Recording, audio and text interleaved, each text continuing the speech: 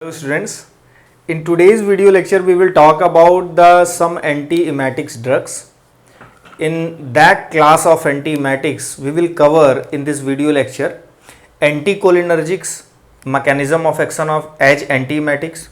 We will talk about the antihistaminics drug and we will also cover how the neuroleptic agents perform anti-emetic activity. So before going into the detail of this discussion, as I discussed in the previous video lecture in which I discussed the physiology of vomiting, this diagram, ये diagram को बिल्कुल ही as it is रहने दिया है. उसकी वजह यह है ताकि आप उस डायग्राम को आज के लेक्चर से भी कनेक्ट करके देख पाएं. ये क्योंकि हमारा जो ओवरऑल मैकेनिज्म है वॉमिटिंग सेंटर से इमेसिस को इंड्यूस करने का, उसके 4 फैक्टर्स थे एंड यहां पे हम शॉर्ट में इस चीज को डिस्कस कर लेंगे ताकि आप उससे कनेक्टिविटी अच्छे से बना पाए. मेरा पर्पज सिर्फ इतना है.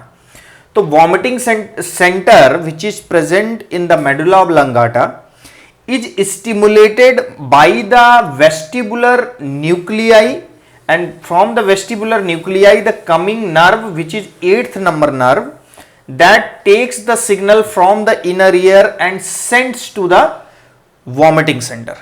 एंड सिग्नल क्या है, कैसे है, वो जब हम अभी उसको डिटेल पढ़ेंगे उस सर्टेन क्लास ऑफ ड्रग की जो यहां पे एक्ट करेंगी तो उसको हम इलेबोरेट कर लेंगे. In a same way the nucleus tractus solitarius that takes the signals from the periphery और we can say the gastrointestinal tract as it has the certain receptors like muscarinic receptor, there is H1 receptor, D2 receptor, 5-HT3 receptor and neurokinin 1 receptor. So by the agonist, once the GIT system in the gastrointestinal tract, there will be the stimulation of the enterochromaffin cell present in the GI lumen. There will be release of 5-HT3 and 5-HT is a transmitter. 5-HT will go to the NTS because it has their receptor and it also moves toward the CTZ. NTS and CTZ both are part of the medulla oblongata and responsible for inducing the vomiting center. In a same way the nucleus tractus solitarius there are, so अब आपको mechanism से मैं relate कर रहा हूं धीरे धीरे, ठीक है, क्योंकि आपको कई बार लग सकता है कि हम सेम चीज पढ़ रहे हैं, लेकिन नहीं, ऐसा नहीं है. In the nucleus tractus solitarius the red color receptor which I represented here is play a dominant role, means mostly the effect from the NTS that come from the muscarinic and histaminic receptor. और ये भी involve है लेकिन इनकी potency क्या है, कम है. यहां पे जो इनके जो इस रिसेप्टर्स के थ्रू सिग्नल होगा या फार्माकोलॉजिकल रिस्पांस होगा वो लेस होगा in comparison to this. In a same way in the CTZ that present below the fourth ventricle at the area postrema, D2 receptor will be dominant receptor among the 5-HT3, neurokinin, cannabinoid 1 receptor and the mu receptor. ये सब ultimately stimulate किसको कर रहे हैं, vomiting centre को. इसका stimulation भी किससे होता है, 5-HT से. और हमने ये भी पढ़ा कि वैस्कुलर सिस्टम में जो ड्रग्स होती हैं वो डायरेक्ट कई बार किसको इन्फ्लुएंस करती हैं, CTZ को. अल्टीमेटली हमारा वॉमिटिंग सेंटर इन्फ्लुएंस हो रहा है. फिर हम बात करेंगे सेम सेरेब्रल कॉर्टेक्स से हमारे सिग्नल्स आते हैं, ये भी हम डिटेल कर चुके हैं, और किस तरीके से वॉमिटिंग सेंटर को स्टिमुलेट करते हैं, वॉमिटिंग सेंटर से किस तरीके से मोटर न्यूरॉन्स और parasympathetic nervous system and sympathetic nervous system overall activity जो होती है इमेसिस के लिए रिस्पॉन्सिबल होती है. तो अब हमने पढ़ लिया कि रिसेप्टर किस तरीके थे. अब हम बात करेंगे, हम आज कवर करेंगे 3 क्लास को, जिसमें सबसे पहले हम डिस्कस करते हैं व्हाट, एंटीकोलिनर्जिक ड्रग्स. तो देखिए एंटीकोलिनर्जिक ड्रग, ये जो यहां पे लिखा है AC, it means anticholinergic drugs. Anticholinergic drug अगर नाम है, it means these drug are producing their mechanism by inhibiting the cholinergic system. A cholinergic system is stimulated by acetylcholine या मेन न्यूरोट्रांसमीटर कोलिनर्जिक सिस्टम का क्या है, acetylcholine. They are anticholinergic means they are inhibiting the acetylcholine to bind with their receptor. ये acetylcholine को अपने receptor से bind होने से रोकेंगे. अब आप देखिए, आप एसिटाइलकोलिन किस रिसेप्टर से बाइंड होगा यहां पे अगर हम बात करें, ऑटोनॉमिक गैंग्लिया की बात तो यहां कर नहीं रहे हैं हम, वहां पे निकोटिनिक रिसेप्टर होते हैं, हम केवल यहां पे कंसीडर किसको कर रहे हैं, मस्कैरिनिक को, और स्पेशली हम बात कर रहे हैं M1 की। यहां पे हम बात कर रहे हैं, देखिए मस्कैरिनिक रिसेप्टर एनटीएस में भी है, मस्कैरिनिक रिसेप्टर आपका कहां पे है, वेस्टिबुलर न्यूक्लियाई में है। But most prominent action of the anticholinergic drugs, अब आपको इस पॉइंट को पूरा कॉन्सेप्चुअल बिल्कुल रखना है, all the antiemetic effects, or you can say the dominant anti-emetic effect of the anticholinergic drugs comes from when they binds with the muscarinic receptor of vestibular nuclei. They binds to this NTS as well, but the prominent action, अगर हम बोलते हैं कि anticholinergic anti-emetic effect दे रहा है, तो that action is performed by this muscarinic receptor present on the vestibular nuclei. अब आपको इस फंक्शन को अगर मैं ये कह देता हूं कि वेस्टिबुलर न्यूक्लियाई में मस्कैरिनिक जो रिसेप्टर है उसको ब्लॉक करेगा, तो ब्लॉक करने के बाद जो ये सिग्नल आ रहा था वो वॉमिटिंग सेंटर में नहीं जाएगा। तो उसको अगर हम जस्ट एक इनलार्ज इमेज उसकी बनाते हैं ताकि आपको और ट्रांसपेरेंट हो पाए। देखिए यहां पे हमने दिखा रखा है इनर ईयर, सेम उस डायग्राम को मैंने यहां रिप्रेजेंट करने की कोशिश की है। This is inner ear. Inner ear का जो पार्ट है लेबेरेंथ और cochlea, in labyrinth or cochlea there will be the innervated, these black color neurons, they are innervated in the labyrinth, means their sensory receptor is present on the labyrinth, this representing the labyrinth, that is a part of inner ear. Now from the labyrinth, under the influence of a rotation or any disturbance in the equilibrium or under the influence of any ototoxic drugs, when the signal this become, the equilibrium of the labyrinth become disturbed, and that disturbed equilibrium is sensed by this vestibular nerve. Now the vestibular cochlear nerve sensed the change in the equilibrium, and this mechanical change in equilibrium transform into the signal form, change into the chemical form, and through the signal it goes towards the cerebellum, and from the cerebellum there is a connecting green color neuron that goes towards the CTZ. So in this black color neuron and terminate in the cerebellum. Here they have the receptor for M1 and H1, muscarinic and histaminic. Now this time हम लोग किस drug की बात कर रहे हैं, anticholinergic की। तो एंटीकोलिनर्जिक में हम किसकी बात करें, M1 की। M1 कहां था, वेस्टिबुलर न्यूक्लियाई में। तो हमने जब बात की कि सेरिबेलम में, सेरिबेलम से मीडिएटेड, सेरिबेलम के थ्रू वो नर्व जो है जाएंगी और कहां पे जाएंगी, वेस्टिबुलर न्यूक्लियाई में। वेस्टिबुलर न्यूक्लियाई में ये उस सेकेंडरी न्यूरॉन से मिलेंगी जो कि सीटीजेड में इनर्वेटेड होगा, और उस न्यूरॉन का कंट्रोल किस तरीके से करेंगे, क्योंकि इन पे जो है रिसेप्टर है M1 और H1, तो M1 और H1 यहां पर रिसेप्टर है। अब यहां पे जो न्यूरोट्रांसमीटर, अगर सपोज करिए हमने कोई ऐसी मेडिसिन दी जो कि M1 को स्टिमुलेट कर रही है, तो ये पाथवे फर्दर स्टिमुलेट होगा, क्योंकि यहां पे ज्यादा से ज्यादा क्या होगा, एसिटाइलकोलिन का लेवल होगा। हमने M1 को स्टिमुलेट किया, तो अब हम क्या करेंगे, इन रिसेप्टर्स को, जो सिग्नल लेके यहां से जा रहे थे न्यूरॉन्स, उनके एंड पे जो सेंसरी रिसेप्टर्स हैं, वो सेंसरी रिसेप्टर जो सिग्नल सेंड कर रहे हैं with the help of muscarinic and histaminic receptor, by using the anticholinergic drug we block the M1 receptor present on the sensory nerve ending of vestibulocochlear nerve at vestibular nuclei. So once we inhibit this M1 at this point, now the signal that travels up to the CTZ will be cancel out. Once the signal transferring to the CTZ will be cancel out, means there will not be the further signaling of vomiting center activation. अब same वही pathway है, means there will not be the activation of this vomiting center. This will not resulting in the emesis. तो देखिए दो तीन चीजें आपको पहली बात तो जब कभी एंटीमेटिक आप पढ़ें तो एंटीमेटिक को पढ़ने के लिए जरूरी है कि आप एंटीमेटिक के साथ साथ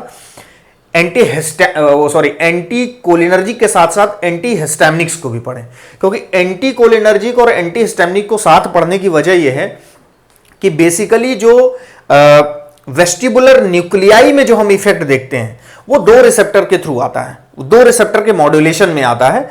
अगर हम ब्लॉक करते हैं M1 को, देखिए यहां पे प्रेजेंस दिखा रखा है M1 और H1, muscarinic and H1 receptor. तो उसी M और H1, एंटीकोलिनर्जिक M को ब्लॉक करेंगे मस्कैरेनिक को, और एंटीहिस्टामिनिक किसको ब्लॉक करेंगे, H1 को। तो आप ये देख रहे हैं कि जो भी लेबिरिंथ या आप कह लो लेबिरिंथ के थ्रू जो सिग्नल्स थे, उन सिग्नल्स का सीटीजेड तक वेस्टिबुलर कॉक्लियर नर्व के थ्रू जो ट्रांसफर था उसको ब्लॉक कर दिया गया, ब्लॉक कर दिया गया, सीटीजेड से वॉमिटिंग सेंटर को मैसेज नहीं गया। तो यहां पे हमने देखा कि अच्छा ये कब एक्टिवेट होते हैं, ये एक्टिवेट तब होते हैं जब आप किसी रोटेशन में हो, आप ड्राइविंग कर रहे हो, रोटेशन में हो, मूवमेंट हो, आपका इक्विलिब्रियम डिस्टर्ब हो, या ऑटोटॉक्सिक ड्रग के इन्फ्लुएंस में हो, तो वहां पे हम एंटीकोलिनर्जिक ड्रग का यूज करेंगे। तो यहां पे देखिए एंटीकोलिनर्जिक, आपकी मैकेनिज्म पूरी क्लियर है किस तरीके से वर्क कर रही है।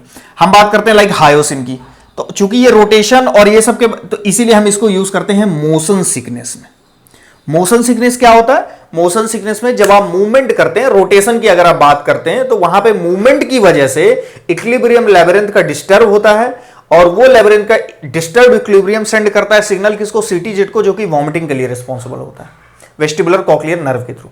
आपने उसको क्या किया, M1 रिसेप्टर को ब्लॉक कर दिया जो कि वेस्टिबुलर कॉक्लियर नर्व पे था। ये मोशन सिकनेस में काम आती है, इसमें कोई भी डाउट नहीं है। सेम इसी कैटेगरी की ड्रग जो कि एंटीकोलिनर्जिक कैटेगरी की है, डाइसाइक्लोमिन।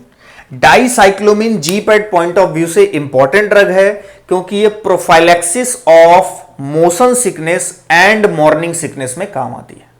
मॉर्निंग सिकनेस हम ऑलरेडी शॉर्ट में डिस्कस कर चुके हैं। मॉर्निंग सिकनेस प्रेग्नेंट्स वुमेन में अर्ली मंथ्स में जो एट द मॉर्निंग टाइम उनको नोजिया, वॉमिटिंग, इस तरह की जो कंडीशन बनती है उसको बोलते हैं मॉर्निंग सिकनेस। तो उस कंडीशन में भी ये यूज होती है डाइसाइक्लोमिन बेसिकली। और अगर हम बात करें हायोसिन की यूज की, तो ये मोशन सिकनेस में यूज हो रही है। ये पॉइंट आपका क्लियर है एंटीकोलिनर्जिक का, M1 के थ्रू किस तरीके से। अब हम बात करेंगे H1 एंटीहिस्टामिनिक्स की। तो इनका ओवरऑल जो मैकेनिज्म निकल के आ रहा है, इसमें कोई अलग से कुछ पॉइंट नहीं है, सेम H1 रिसेप्टर को वे ब्लॉक कर रही हैं, उसी पॉइंट पे कर रही हैं। तो H1 रिसेप्टर को ब्लॉक कर रही हैं। इनका जो डोमिनेंट इफेक्ट है वो भी, क्योंकि H1 रिसेप्टर जो है यहां पर भी है, राइट, लेकिन जो डोमिनेंट इफेक्ट आ रहा है वो H1 का कहां से आ रहा है, यहां से भी। तो आप अगर ये भी कहते हो कि H1 रिसेप्टर को ब्लॉक करके NTS के थ्रू जो सिग्नल वॉमिटिंग सेंटर में जा रहा है उसको ब्लॉक कर रहे हैं, तो एक मैकेनिज्म का पार्ट ये भी है। लेकिन हाईलाइटेड जो मोस्ट ऑफ द ऑथर लिखते हैं वो इस बात पे लिखते हैं कि वेस्टिबुलर न्यूक्लियाई से जो सिग्नल जा रहा है उसको ब्लॉक करते हैं बाय ब्लॉकिंग द H1। तो अब हम क्या करेंगे, H1 एंटीहिस्टामिनिक्स ड्रग लेंगे। H1 एंटीहिस्टामिनिक ड्रग की लाइक हम बात करें, इसमें कुछ इंटरेस्टिंग फैक्ट्स हैं। जैसे हम बात करते हैं प्रोमिथाजिन की, डाइसाइक्लोमिन या सेनारेजिन की। तो प्रोमिथाजिन के लिए आपका जो फैक्ट आपको बच्चों को जानना जरूरी है वो ये है कि प्रोमिथाजिन स्ट्रॉन्ग एंटीहिस्टामिनिक है, स्ट्रॉन्ग H1 ब्लॉकर है। इसमें तो आपको क्लियर हो गया, इसमें कोई डाउट नहीं है। अब हम बात करते हैं कि मॉडरेट मस्कैरेनिक ब्लॉकर भी है, weak to moderate dopaminergic D2 blocker, alpha 1 blocker, 5-HT2A and 2C receptors blockers भी है। तो इसकी जो वेरिएबिलिटी है रिसेप्टर को लेके, सबसे पहले स्ट्रॉन्ग इफेक्ट तो H1 का थ्रू आ रहा है, और उसको हम थ्योरेटिकली रिलेट करते हैं एंटीमेटिक इफेक्ट के लिए वेस्टिबुलर न्यूक्लियाई में, राइट। वेस्टिबुलर न्यूक्लियाई में जो रिसेप्टर होंगे उनको ब्लॉक करेगी। तो वहां से इसका तो आपको यह चीज जानना जरूरी है कि ये कई रिसेप्टर्स के थ्रू अपना इफेक्ट देता है, लेकिन इसका जो डोमिनेंट इफेक्ट है वो H1 के थ्रू है। सेम अगर हम इसमें बात करें प्रोमिथाजिन की, प्रोमिथाजिन को भी जिस तरीके से यहां पे मोशन सिकनेस में यूज किए इन ड्रग्स को हम मोशन सिकनेस में यूज करते हैं। Even promethazine is one of the most standard drug prescribed in the UK for the purpose of motion sickness। जबकि ये चीज आपको, ये आपके नॉलेज के लिए जानना जरूरी है कि इनफैक्ट इंडिया की अगर हम बात करते हैं तो प्रोमिथाजिन वहां पे स्टैंडर्ड ड्रग मोशन सिकनेस के लिए नहीं है। तो इवन ये इंटरेस्टिंग फैक्ट ये है कि नासा जो स्पेस एजेंसी है, अगर वहां पे भी कोई स्पेस में जाने की हम बात करते हैं और वहां पे हम बात करते हैं कि अगर मोशन सिकनेस की प्रॉब्लम हुई तो कौन सी ड्रग लेनी चाहिए, तो वहां पे प्रेफर की जाती है प्रोमेथाजिन। एक तो ये कॉन्सेप्ट हो गया। उसके बाद हम बात करते हैं इसी क्लास की ड्रग लाइक डॉक्साइलामिन। यहां पे सिर्फ मेन ड्रग्स को मैंने रखा है जो कि आपके जीपैट पॉइंट ऑफ व्यू से भी इंपॉर्टेंट है और आपको पता होना चाहिए एटलीस्ट, प्रैक्टिकली जो ज्यादा यूजफुल है। डॉक्साइलामिन जिस तरह प्रोमेथाजिन के लिए मैंने बोला यूके में ज्यादा इन्वॉल्व होती है, सेम उसी तरह मॉर्निंग सिकनेस में इंडिया में डॉक्साइलामिन यूज करते हैं। बात क्लियर है? मॉर्निंग सिकनेस में प्रोमेथाजिन को भी यूज करते हैं। मोशन सिकनेस के लिए नासा वाला जो कॉन्सेप्ट मैंने बताया, अब मैं बता रहा हूं कि जो डॉक्साइलामिन है वो मॉर्निंग सिकनेस में इंडिया में ज्यादातर इसका कॉम्बिनेशन आता है विटामिन B6 पायरिडॉक्सिन के साथ। और अगर उसका कंसेप्चुअल पॉइंट देखें कि विटामिन B6 के साथ ही क्यों है, तो उसमें यह बोला जाता है कि अगर ये मॉर्निंग सिकनेस में यूज हो रही, इट मींस प्रेग्नेंट वुमेन में यूज हो रही है। प्रेग्नेंट वुमेन्स के जो अर्ली मंथ्स प्रेगनेंसी के होंगे, और कई बार उसमें मान के चला जाता है कि उसमें विटामिन की कमी हो जाती है बॉडी में फीमेल्स में, तो उसका एक टेक्निकल कोई एक्सपेक्ट नहीं है, केवल यह है कि B6 प्रेग्नेंट वुमेन में चूंकि डेफिशिएंसी के चांसेस है, तो उसी के साथ हम विटामिन के साथ दे रहे हैं, तो इसका जो कॉम्बिनेशन है वो सबसे ज्यादा किसमें चलता है? मॉर्निंग सिकनेस में। जबकि अगर हम प्रोमेथा यूके की बात करें तो मॉर्निंग सिकनेस में सबसे ज्यादा क्या चलती है? प्रोमेथाजिन। इसमें कोई डाउट आपको नहीं रखना। सिनेरेजिन का एक अपना इंपॉर्टेंट है। सिनेरेजिन क्या है? सेम एंटीहिस्टामिनिक ड्रग है, H1 को ब्लॉक करेगी, नो डाउट। ये साथ ही साथ कैल्शियम चैनल को ब्लॉक करती है। कैल्शियम चैनल जहां पर भी होगा वो डीपोलराइजेशन के लिए रिस्पॉन्सिबल होगा, कॉन्ट्रैक्शन के लिए रिस्पॉन्सिबल होगा। In a same way the calcium channel present in the endolymph of the inner ear. In the endolymph of the inner ear, once the calcium channel will be inhibited, the signal will not, or we can say the labyrinthine cells become relaxed. Labyrinthine cell become relaxed, and once when they become relaxed, there will not be you will not feel like that there is a disturbance in the labyrinth, right? So that's why Sinergin is also used as anti-vertigo, anti-motion drug. It is used as anti-vertigo drug. Additionally ये point आपको जाना है, Sinergin calcium channel block करता है, जिसकी वजह से वो लैबिरिंथिन सेल को रिलैक्स करने की वजह से वो इक्विलिब्रियम को क्या कर देता है? शेप में लाता है, और इक्विलिब्रियम को शेप में लाने की वजह से इसीलिए हम बोलते हैं कि ये एंटी, या आप कह लो वर्टाइगो में भी यूज होता है। तो ये सिनर्जिन का आपका पॉइंट है। तो सिनर्जिन के लिए स्पेशल कैरेक्टरिस्टिक आपके जीपैट के पॉइंट ऑफ व्यू से बहुत इंपॉर्टेंट है। अब हम बात करते हैं किसकी? न्यूरोलेप्टिक्स की। न्यूरोलेप्टिक्स में देखिए सिंपल सा इस डायग्राम, या तो आपको इस डायग्राम को आपने फिजियोलॉजी ऑफ वॉमिटिंग में बहुत अच्छे से समझ लिया। अगर आप इस डायग्राम की मदद से देखते हैं, देखिए there is no role of dopaminergic receptor in the vestibular nuclei signal sending signal towards the vomiting center, right? But there is a role of D2 receptor in the CTZ and also in the NTS-D2. But the most dominating effect of the D2 that occurs in the CTZ, red color I represented here. So if अगर हम बोलते हैं कि we are using neuroleptic first generation drug, in the neuroleptic first generation drug, most of the drug they perform the anti-emetic effect by blocking the CTZ dopaminergic D2 receptor, and once we inhibit the D2 receptor by blocking this receptor, there will not be the sending of signal through CTZ through the vomiting center, and there will not be the emesis, right? So आप इसको block कर रहे हैं। अब आप technically अगर बोलते हैं तो ये पॉइंट को भी आप ब्लॉक कर रहे हैं। In the NTS there will not be further sending signal, but this will occur in a very small intensity. Mainly जो डोमिनेटिंग इफेक्ट आ रहा है वो CTZ के थ्रू डोपामिनर्जिक को ब्लॉक करने के लिए आ रहा है। तो ये तो आपका सिंपल सा हुआ कि न्यूरोलेप्टिक में। इसके साथ एडिशनली जो कॉन्सेप्ट है वो आपको ये जानना है कि most of the neuroleptic drug that also inhibit muscarinic receptor, also inhibit H1 receptor. Because the diversifying nature of this by blocking muscarinic receptor, H1 receptor, D2 receptor, all the neuroleptics they have very broad spectrum utility. और broad spectrum utility क्या है? चाहे तो आप drug induced vomiting की बात करो या post operative nausea and vomiting की बात करो, किसी प्रोसीजर सर्जरी के बाद नोजिया और वॉमिटिंग की कंडीशन है, उसमें भी आप न्यूरोलेप्टिक प्रेस्क्राइब करेंगे. अगर हम बात करते हैं डिजीज इंड्यूस्ड, तो डिजीज इंड्यूस्ड में भी हम यूज करेंगे, राइट. अगर हम केमोथेरेपी इंड्यूस्ड करते हैं, केमोथेरेपी इंड्यूस्ड में भी न्यूरोलेप्टिक्स एंटीमाइटिक यूज होती हैं, लाइक फिनोथाइजिन कैटेगरी की यूज होती हैं. हाइपर इमेसिस ग्रेविडेरियम, तो ये अपने आप में एक कंसेप्ट है. हाइपर इमेसिस ग्रेविडेरियम जब प्रेग्नेंट वुमेन्स का जो इनिशियल मंथ्स होते हैं उसमें जो हम बात करते हैं मॉर्निंग सिकनेस की, उसमें हम वॉमिटिंग नोजिया की बात करते हैं, अर्ली मॉर्निंग में जो फील होता है, जब वो चीज बिल्कुल इंटेंस फॉर्म में हो तो उसको हम बोलते हैं हाइपर इमेसिस ग्रेविडेरियम. उस केस में हम मॉर्निंग सिकनेस में न्यूरोलेप्टिक को यूज नहीं करेंगे, लेकिन उस केस में जब इंटेंस हो तो may be problem can be come from ये थ्योरेटिकली हम इस चीज को एक्सेप्ट करते हैं कि दैट कम फ्रॉम आइदर सीटीजेड से भी हो सकती है, राइट, एनटीएस से भी हो सकती है, H1 भी इन्वॉल्व है, इससे भी हो सकती है. तो उस वजह से हम क्या यूज करते हैं, स्पेशली हाइपर इमेसिस ग्रेविडेरियम में यूज करते हैं, हम मॉर्निंग सिकनेस में यूज नहीं करते.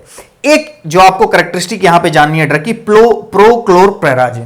प्रोक्लोरपेराजिन is a single neuroleptic drug that used as a anti-vertigo and anti-emetics as well. ये प्रूव्ड ड्रग है जो एंटी वर्टिगो और एंटी इमेटिक की तरह यूज होती है. तो आपका जो ओवरऑल कंसेप्ट है वो इस बात का बनना चाहिए कि हाँ भाई एंटीकोलिनर्जिक किस तरीके से सिग्नल जा रहा है, यहां से सेंड हो रहा है और कैसे वो रिएक्ट कर रही है एंटीकोलिनर्जिक ड्रग्स, ठीक, और किस तरीके से हमारा एंटी हिस्टामिनिक ड्रग एक्ट कर रही है और किस तरीके से neuroleptic. So this is all about the mechanism of anticholinergic, antihistaminics and the neuroleptic drug for anti-emesis mechanism. Thank you very much.